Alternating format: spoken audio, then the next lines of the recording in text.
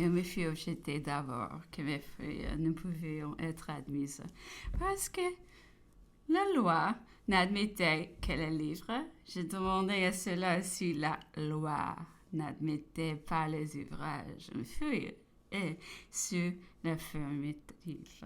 J'observais que mes feuilles étaient un livre qui attendait sa reliure. Alors, M. Depay prononça que la faveur accordée par l'empereur concernait le libraire et non pas les auteurs.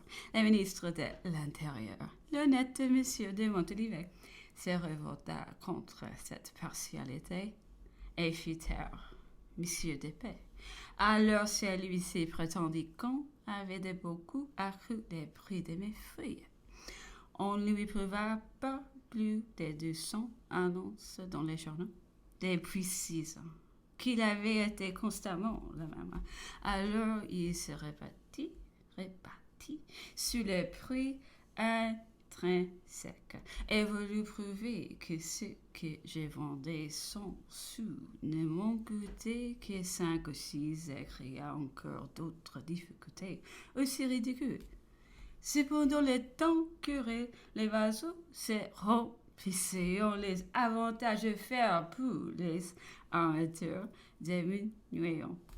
Les évaluations arbitraires des comités arriveront, et moi qui avais continué mes opérations au milieu des difficultés, j'ai dû me regarder comme très heureux à travers mes inquiétudes, mes contrariétés, mes vrais chagrins, de ne pas me trouver ruiné, de retirer mes frais qui avaient été au-delà de 80 000 francs.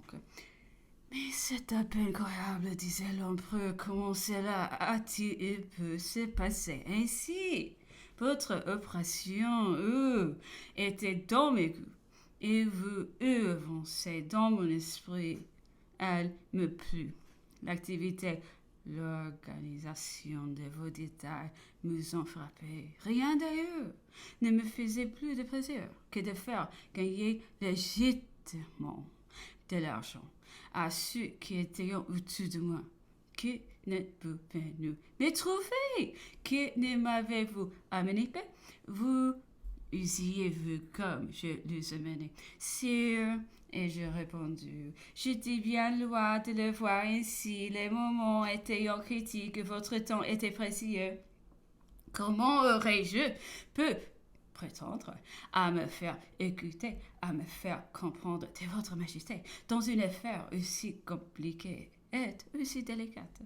Comment lui expliquer que cet ouvrage, qui n'était pas sous mon nom, était le mien? Comment osez-vous présenter quelqu'un de voisin de votre majesté, mêlé avec des licences, des vins puissants, des millions de librairies? Je me sentais si peu connu de votre majesté que j'ai frémissé au contraire que vous en arriva quelque chose. Aussi, je me donnais beaucoup de mouvements, mais je fis le moins de bruit possible et je me résignais à tout souffrir.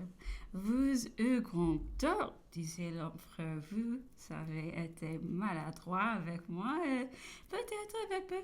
Je ne saurais expliquer autrement un acharnement si peu naturel. Visite du gouverneur, conversation chaude avec l'empereur. La brèche était discutée entre nous et le gouverneur depuis ce que l'on m'a vu appeler plus haut sa première méchanceté, la première injure et sa première brutalité.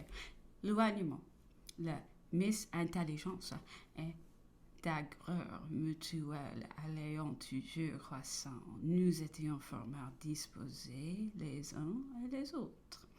Il s'est présenté sur les 3 heures, suivi de son secrétaire militaire. Il désirait voir l'empereur, puis lui parler des affaires. L'empereur se portait assez mal. Il n'était point habillé. Toutefois, il me dit que l'air assez frais, sa toilette est faite. En effet, peu d'instants après, il est passé dans son salon et j'ai introduit Sir Hudson Lowe.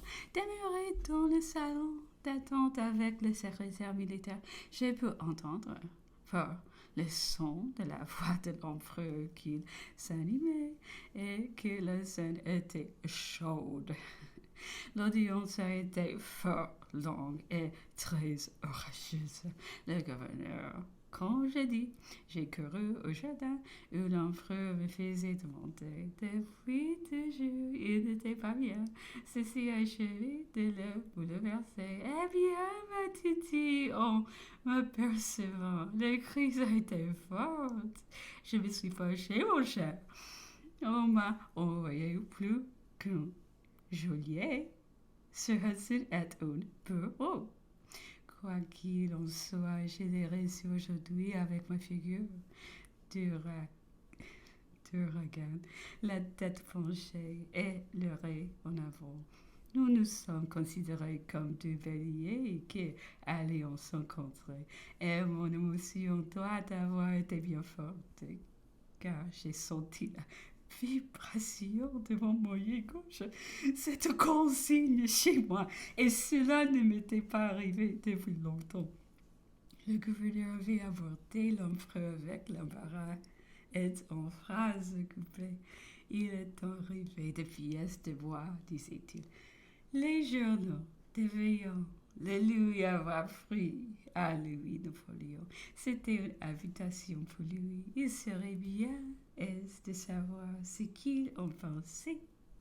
À quoi l'empereur répondit par le silence et une geste très significative. Puis passant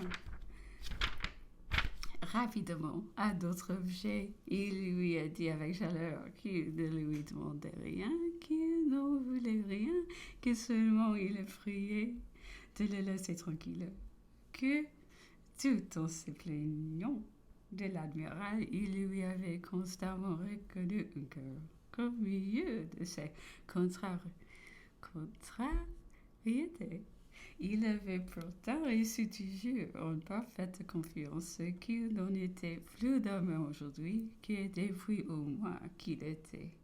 En d'autres mains, il avait été plus agacé que durant les 6 autres mois qu'il avait été dans l'île.